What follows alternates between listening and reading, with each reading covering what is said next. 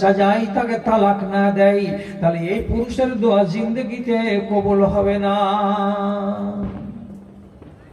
হয়তো মা খালারা বলবেন তুমি এ কাজে এসছো। না না না, আমি ও কাজে আসিনি তো। আমি কথাটা কি বলছি, হাদিসের বলছি। যেই নারী বাড়িতে বেলেল্লাপনাকে সমর্থন করে, বেলেল্লাপনা কি, টিভি চলছে, সিরিয়াল চলছে, পুরুষটা বলছে আরে ভাত রান্না করবি না রে, চুপ করে বসো তো, সিরিয়ালটা শেষ হোক তারপরে চাপাবো। কয়টা রাতে সিরিয়াল শেষ হবে, তারপরে তখন ভাত রান্না করবে। স্বামী ওই বান্দর হয়ে বসে আছে যে কখন রান্না হবে, যে কখন খাবো, জোরাজুরি করতে পারে না। তুমি হাকিম না তোমার স্বামী হাকিম, তোমার কারণে ও বেচারি মুহতাজ হয়ে বসে থাকবে কেন? কেন অন্যায়ের টিভি তোমার বাড়িতে চলছে আর তুমি সমর্থন করো? তুমি নামাজ পড়ো না, তুমি রোজা করো না, তুমি কোরআন তেলাওয়াত বুঝো না, তোমার ভেতরে দিনদারি নেই, তাহলে এইরকম পুরুষকে আল্লাহ রাব্বুল আলামিন বলছেন তোমার নিজের দোয়া কবুল হবে না। যতদিন পর্যন্ত এই বদ্দিন নারীকে তালাক তুমি না দেবে ততদিন দোয়া কবুল হবে না। আমি কি বলেছি কোরআন নামাজি বাড়িওয়ালিকে তালাক দাও? আমি কি বলেছি কোন সৎ মেয়ে ছেলেকে তালাক দাও? আমি কি বলেছি এই কথা? কোনদিন যদি একটা রমণী, কোন স্ত্রী কোন ভুল ক্রমে একটা কাজ করে বসে, তো তাহলে তুমি তাকে থাপ্পড় মেরে সাজা দাও? আমি এমন কথাগুলো বলি না, বরং যে স্ত্রীটা পার্মানেন্ট স্থায়ী ভাবে বদতামিজ হয়ে গেছে, নামাজ নাই, রোজা নাই, দিনদারি নাই, পরেশগারি নাই, হায়া নাই, কিছুই নাই যে নারীর ভেতরে, সেই নারী যদি বাড়িতে থাকে তাহলে তো জীবনে কবুল হবে না। এক। দুই নম্বর কি? সোমবারের দিন এবং বৃহস্পতিবারের দিন আসমানের দরজাকে খুলে দেওয়া হয় মানুষের দুয়াকে ওই টাইমে উপর দিকে পৌঁছে দেওয়ার জন্য। সোমবার এবং বৃহস্পতিবার, এই 2 দিন 2 রাত, রাতের বেলায় আপনার আবেদন আল্লাহর কাছে পৌঁছাবে। আপনি কি বললেন সেটা ফেরেশতারা পৌঁছে দেবে আল্লাহ তাআলার কাছে। অমুক বান্দা এই চাইছে, অমুক বান্দা এই চাইছে। হাদিস কি বলছে? লিকুল্লিন ইউস্তাজাবু লাহু ইল্লা লিইমরাতিন জানিয়াতিন তাসআ বিফরজিহা। যে কোনো নর এবং যে কোনো নারী তার আবেদনে সাড়া দেওয়া হবে, কিন্তু একটাই মাত্র এমন কোয়ালিটির নারী দুনিয়াতে আছে তার আবেদনে সাড়া দেওয়া যাবে না।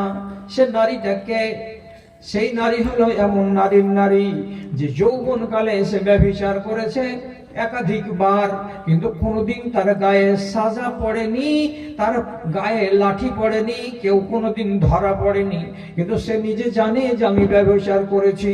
তারপরে এমন কিছু বদ স্বভাবের নারী আছে যারা বিবাহ শাদী হয়ে যাওয়ার পরেও তারা কোনো না কোনো ক্ষেত্রে, কোনো না কোনো জায়গায়, কখনো বেড়াতে গিয়ে অথবা কোনো কুটুমের বাড়িতে গিয়ে বা কোনো বিবাহ শাদী অনুষ্ঠানে গিয়ে কোনো পরপুরুষের সামনে গল্প করতে করতে সে ফেঁসে গেছে, ব্যভিচারে জড়িয়ে গেছে। অথবা এমন কোন নারী যে নারীর স্বামী বাড়িতে নাই, বিদেশে চলে গেছে, কিসের জন্য? তো রুজি তলার সরার জন্য। কেরালায় কাজ করে কিংবা বোম্বাইয়ে কাজ করে কিংবা আহমেদাবাদ, গুজরাটে কাজ করে, 6 মাসের মতো চলে গেছে, বাড়ি ফিরে আসে না। এমন নারীরা যদি কেউ বদস্বভাবের থাকে আর একটা বাচ্চার মা হয়ে গিয়ে 2টা বাচ্চার মা হয়ে যাওয়ার পর সে যদি নিজের স্বামীর আমানত খেয়ানত করে এবং ব্যভিচারে জড়িয়ে যায়, আল্লাহ রাব্বুল আলামিন নবী বলছেন ওই রমণী যতদিন দোয়া করুক না কেন তার দোয়া কখনো আল্লাহর কাছে কবুল নয়। আসল জায়গাতে যাই, সেটা কি বলছিলাম? যে স্ত্রীকে আল্লাহ রাব্বুল আলামিন বললেন দুশমন, আর আরেক জায়গাতে আল্লাহ তাআলা বলছেন যে তোমার চোখের জিনাত, তোমার চোখের সৌন্দর্য। ছেলে পিলে যদি না থাকে তাহলে তোমার মতন অভাগা কেউ নেই। বাড়িতে যদি সুন্দরী স্ত্রী না থাকে তাহলে তোমার মতো বদনসিব কেউ নেই। কি জিনিস এইটা?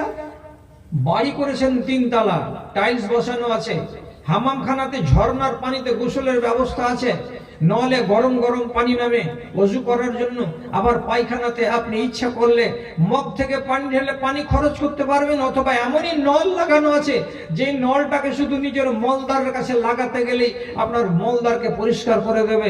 এত সুন্দর হাই ফাই বাড়ি করে রেখেছেন আপনি।